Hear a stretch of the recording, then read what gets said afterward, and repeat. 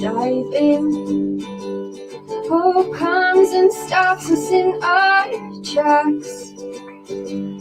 Bravely we've proven our striving, trudging together each day.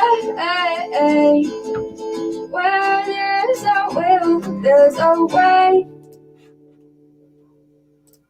Good afternoon, everyone. Welcome to the Daily Reflection. It is January 22nd, Friday, January 22nd. I'm still trying to get used to some of my stuff here. This background was actually, this picture was taken by my wife's cousin, who, and I just really found this picture to be, it says a lot about how we like to ignore what's going on around us, what's happening, and stuff.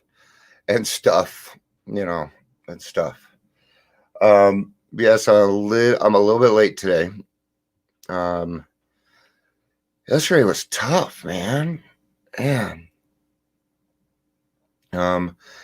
do a lot of talking, things like that, but there was really only one thing that really bothered me out of everything that happened yesterday. And I had to deal with a lot of hard stuff. I got in a phone call at one point, and it was this gentleman. I didn't know who it was, but he proceeded to chew me out. He was looking for somebody who I was not. I'm not going to do any names, just in case, because I don't think that I think this person may exist. I don't know. But just in case, and that's anonymity, right? And it doesn't matter, honestly. So he's yelling and screaming and swearing at me. And he wasn't my client. And I finally figured out where he was from and stuff. And I sent them an email to let them know, hey, it sounds like your client might be having a hard time. Looks like, so I passed on the information. Turned out he had left me a message at one point with his name, so I was able to pass that on. Okay? Because who knows what this guy is going through? I don't know. I don't know him. He wasn't my client. I didn't want to touch on it in case something else was already happening, right? So I reached out and let these people know, but because I used to work for them, I don't get any iota back. Okay. And I just don't understand. Okay. I don't get it, because if we say that we are what we say we are, then let's do that. And that's kind of what I'm going for. And yes, I'm putting off time here because I'm waiting for somebody to show up. Where are you, Brenda? So, maybe she's working.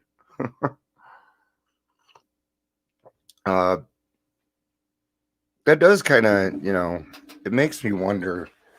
This is the way that I see it, okay? If you want to be a recovery coach, if you want to be a drug and alcohol counselor, if you want to help other people, you've got to be the fucking example, man. You have to. Or get the fuck out, please. Then get out of the way, okay? If people are so upset that they can't write me back because we can't get over what you did to me, it's all a mess, right? So what do you do with that stuff? Well, you utilize acceptance until you can't do something about it. It's what you do. So, all right, let's get started with today's daily reflection. Got about 10 minutes left. This one is going to be for Dawn. Dawn went to Vitality. I did not know Dawn, but I went to Vitality myself for a while ago. It doesn't matter whether I knew Dawn or not. Dawn died sober, and I want to celebrate that. I want to celebrate it. It's hard, man. The end result of what we do is death. Okay? We're going to die one of two ways. We're either going to die sober or we're going to die drunk. Okay? And that's the difference. I'm sorry, I'm tired of my head going black. All right, it's just doing it again. Let's try the brick real quick. Sorry, guys, you're having to do this stuff with me. Let's try brick today. All right, now it's still happening, which means it's a lighting issue. So, yay. But that is the end result of what we do. We're either going to die sober or we're going to die drunk. What happens in between there is up to us. How we feel, what kind of life we lead, what we do with it is going to be up to us. So, let's go ahead and get on with today's daily reflection. I wanted to read out of Odat first, out of respect for Dawn. In a very real sense, we are imprisoned by our inability or unwillingness to reach out for help to a power greater than ourselves. But in time, we pray to be relieved of the bondage of self so that we can better do God's will. Okay? And that's what Don did. He put his will and his life into the care of God. And like I said before, I don't know this man, but I know that he did it by the way I could tell by the way people are reacting. Okay? I know what kind of man this person is. Right? And he achieved it. That's why he's not here with us anymore. Because he achieved it. But in time we pray to be relieved of the bondage of self so we can better do God's will. In the words of Ramakrishna, I'm not good with that stuff. The sun and the moon are not mirrored in cloudy waters. Thus the Almighty cannot be mirrored in the heart that is obsessed by the idea of me and mine. Have I set myself free from the prison of self-will and pride, which I myself have built? Have I accepted freedom? May the word freedom take on new meaning for me, not just freedom from my addiction, but freedom to overcome it. Not just freedom from slavery of self-will, but freedom to hear and carry out the will of God. Today I'll remember freedom means freedom too. And that comes when we stop fighting everything. Did I put it wrong? I've been saying Dawn, haven't I? I hope I wrote wrong. Okay, if not, I will fix it right away. Thank you, Joe. You are most certainly welcome. These can be hard times for everybody, and we just do the best that we can every single day. We really do.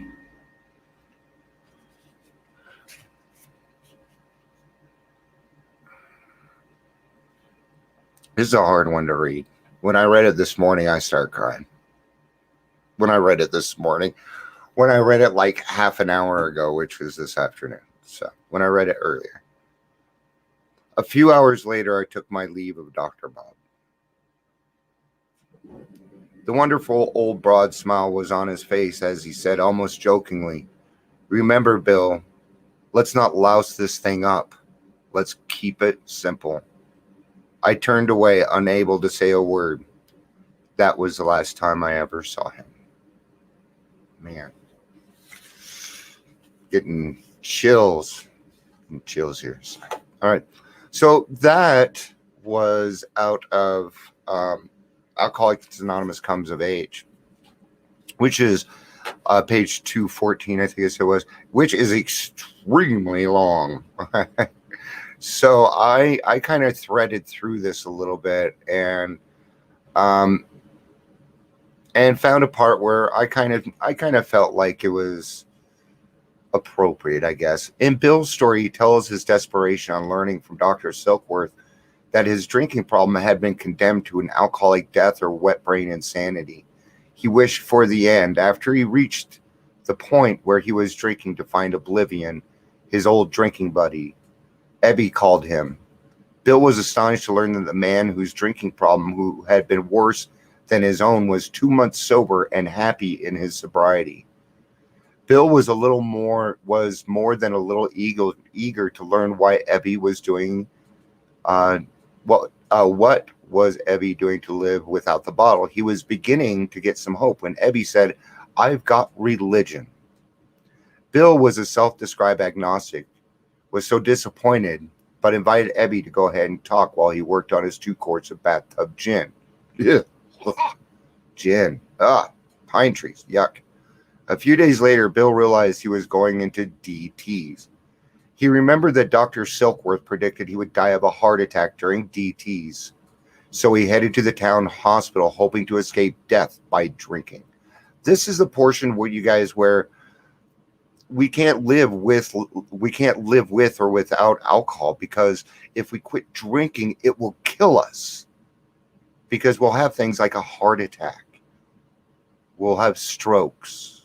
Things happen. I can't see the camera right now, by the way, so I don't know if things are happening. Are things happening? No. All right.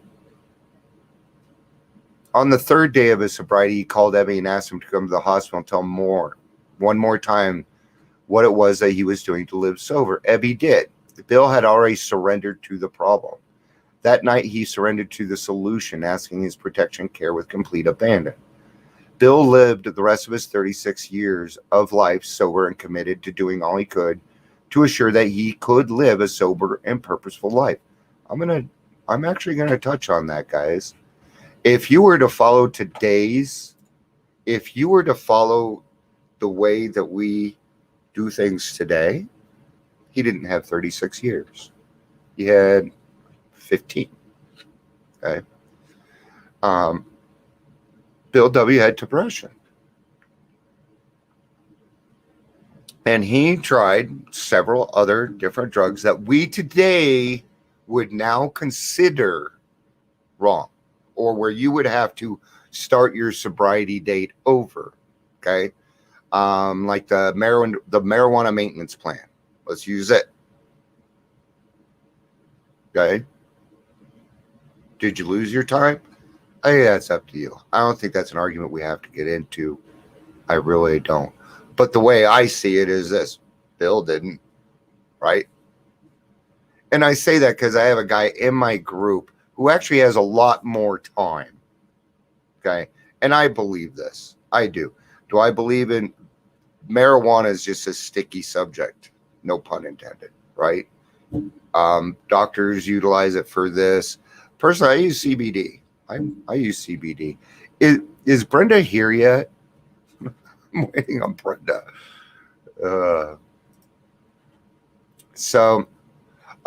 And I did not know this. Ron died with 23 years of sobriety. Thank you, Jill. All right. After years of sobriety, I occasionally ask myself, can it be this simple? Then at meetings, I see former cynics and skeptics who have walked the AA path of hell by packaging their lives without alcohol into 24-hour segments during which they practice a few principles to the best of their individual abilities. And then I know again that while it isn't always easy, if I keep it simple, it works. It's true. I know. That's why I want her on here, and she's been here every day for 6 months. We're waiting. No, that's okay. It's all right. I'm still going to do it. She's going to watch it sooner or later. So let's just do it now. Brenda, happy 6 months, man. Yeah. 6 months is a long time to be sober. It is. Guys, let me kind of describe how this is. Okay? The first week of your sobriety is going to be the longest period of time in the fucking world. Okay? The first 6 months of my sobriety were hell. They were pure hell. Okay? I had drank so much, and I hadn't had a sober breath in so long that it took 6 months before I had any wherewithal. Okay? And it takes time. Now, some of us can bounce back a little bit quicker. I had gone beyond a point. I'm very, very lucky to be here. I have no idea how I am. because I've seen other people like me and they just didn't make it. And the last time I drank, I had 6 beers and I detoxed for 2 weeks. So tell me, what does length of sobriety mean when we do things a day at a time? Well, it does mean something when it's in recovery, right? Yeah, it's God. That's right. Jill said it.